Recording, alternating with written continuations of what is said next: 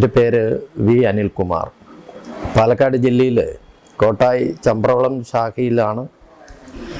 ഇപ്പം ഞാൻ കോഴിക്കോട് വിഭാഗിൻ്റെ സമ്പർക്ക പ്രമുഖാണ്, കാര്യകാരി അംഗം. കോഴിക്കോടാണ് താമസം. അടിയന്തരാവസ്ഥയെ തുടർന്ന് സംഘത്തിൻ്റെ നിർദ്ദേശം അനുസരിച്ച് ലോക സംഘർഷ സമിതി രൂപീകരിച്ച ശേഷം എൻ്റെ താലൂക്ക് ആലത്തൂർ താലൂക്കാണ്. ആ ആലത്തൂർ താലൂക്കിൻ്റെ കൺവീനറായി ചുമതല ഏറ്റെടുത്തു.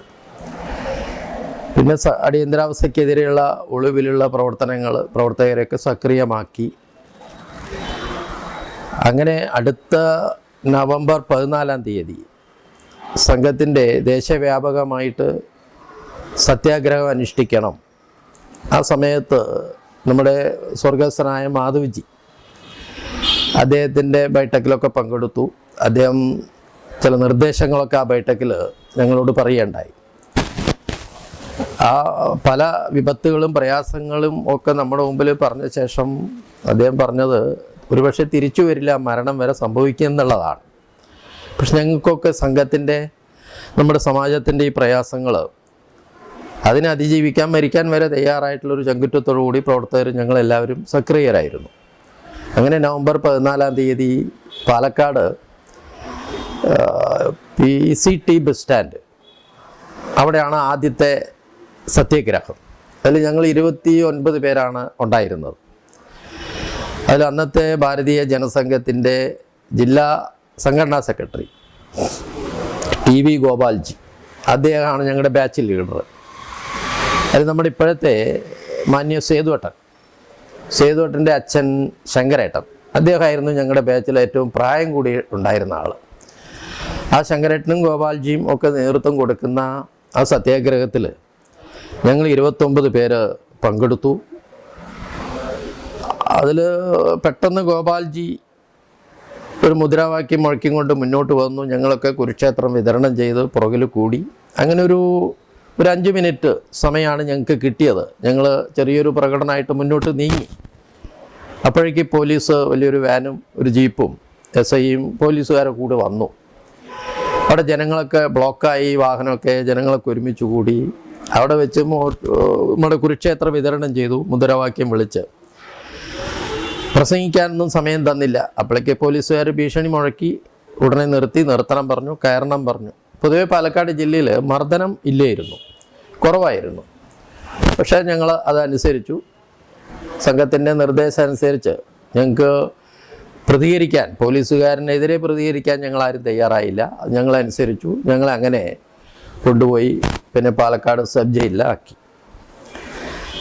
അവിടെ ഒരാഴ്ച കഴിഞ്ഞു. പിന്നെ ഞങ്ങളെ കോടതിയിൽ കൊണ്ടുപോയി. ഞങ്ങൾ കുറ്റം സമ്മതിച്ചില്ല. വീണ്ടും ഞങ്ങൾ ജയിലിൽ അകത്ത് പോയി. ഈ സമയത്തിനകത്ത് ഓരോ ദിവസങ്ങളും ബാച്ചായിട്ട് സത്യാഗ്രഹികൾ, നമ്മുടെ അന്നത്തെ പ്രചാരമായിരുന്ന നമ്മുടെ ഇപ്പോഴത്തെ അവിടുത്തെ വിഭാഗ സംഘചാലകർ സോമേട്ടൻ്റെ നേതൃത്വത്തിൽ, ശിവരാജൻ്റെ നേതൃത്വത്തിൽ, BJPയുടെ ദേശീയ കൗൺസിൽ അംഗം, അതേപോലെ തന്നെ ദേവകി അമ്മ അന്നത്തെ ജനസംഘത്തിൻ്റെ നേതാവ്, TP വിനോദിനി അമ്മ, അങ്ങനെ വനിതാ സംഘങ്ങൾ വളരെ ആവേശത്തോടെ ജയിലിനകത്ത് വന്നു. പാലക്കാട് ജില്ലാ സബ് ജയിലിൽ നിറയുകയാണ് ചെയ്തത്. പക്ഷെ ആ അമ്മമാരുടെ കൂടെ കൊച്ചു കുട്ടികളുണ്ടായിരുന്നു. ഇവരൊക്കെ പാല് കുടിക്കുന്ന പ്രായമാണ്. അപ്പോൾ അവർക്ക് പാല് കൊടുക്കണം എന്നുള്ള നിലയ്ക്ക് നിർദ്ദേശമൊക്കെ വെച്ചപ്പോൾ ജയിലധികൃതർ തയ്യാറായില്ല. അപ്പം ഞങ്ങൾ 2 ദിവസം ഉപവാസം, ജയിലിനകത്തുള്ള എല്ലാ സ്വയംസേവരും ഉപവാസം അനുഷ്ഠിച്ചു. അവസാനം ഞങ്ങളുടെ ഉപവാസത്തിൻ്റെ ആ പ്രവർത്തനത്തിന് ഫലം ആയിട്ട് തന്നെ പാല് അനുവദിക്കുകയാണ് ചെയ്തത്. പിന്നെ ജയിലിനകത്ത് ഒരു ദിവസം ഉച്ചയ്ക്ക് ഊണ് കഴിക്കാൻ വേണ്ടി എല്ലാവരും വരിയായിട്ട് പുറത്ത് നിന്നു. അന്ന് വരുവരായി നിന്ന് ഇങ്ങനെ ഒരു അലുമിനിയം പാത്രമൊക്കെയാണ്. അതിനകത്ത് അവർ ത്രാസിൽ തൂക്കിയിട്ടാണ് ചോറ് തരിക. അപ്പോൾ ഒരു വെറ്റ് പോലും കളയാത്ത രീതിയിൽ ഞങ്ങളത് സൂക്ഷിച്ച് വയ്ക്കും. ഈ സമയത്ത് ജയിലിനകത്ത് പോലീസുകാർ പ്ലാൻ ചെയ്താണെന്നും അറിയില്ല, അവിടെയുള്ള കള്ളപ്പുള്ളികൾ ജയിലൊക്കെ ആയിട്ട് ചില പ്രശ്നങ്ങളുണ്ടായി. അപ്പോൾ അവർ അടിയന്തരാവസ്ഥ അനുകൂലികളായിട്ടുള്ള ചില മുദ്രാവാക്യങ്ങളൊക്കെ ജയിലിനകത്ത് മുഴക്കി. അപ്പം ഞങ്ങളും അതിനനുസരിച്ച് എതിരായിട്ടൊക്കെ മുഴക്കിയ സമയത്ത് പോലീസുകാർ വന്ന് ഒരു ചൂരൽ പ്രയോഗം അവിടെ നടത്തി. അതിൽ കവിഞ്ഞൊന്നുമില്ല. പിന്നെ ഒക്കെ ഞങ്ങളെ ജയിലിലാക്കി. പിന്നീട് സംഘ നിർദ്ദേശം അനുസരിച്ച് ഞങ്ങൾ ജയിലിനകത്ത് സ്ഥലമില്ലാത്തതുകൊണ്ടും ഒക്കെ വന്നപ്പോൾ 1 മാസം കഴിഞ്ഞപ്പോൾ ഞങ്ങളെ ആദ്യത്തെ ബാച്ചിനെ ജയിൽ വിമുക്തരാക്കുകയാണ് ചെയ്തത്. പിന്നെ അങ്ങനെ ഒളിവിൽ പ്രവർത്തനമാണ്. പിന്നെ ഞാൻ സംഘത്തിൻ്റെ അതുവരെ ഞാൻ കാര്യവാഹമായിരുന്നു. പിന്നെ ഞാൻ പ്രചാരകമായി. ഭാരതീയ ജനസംഘത്തിൻ്റെ സംഘടനാ സെക്രട്ടറി, അതേമാതിരി ഓഫീസ് സെക്രട്ടറി ആയിട്ട് കുറേ കാലം അവിടെ പ്രവർത്തിച്ചു.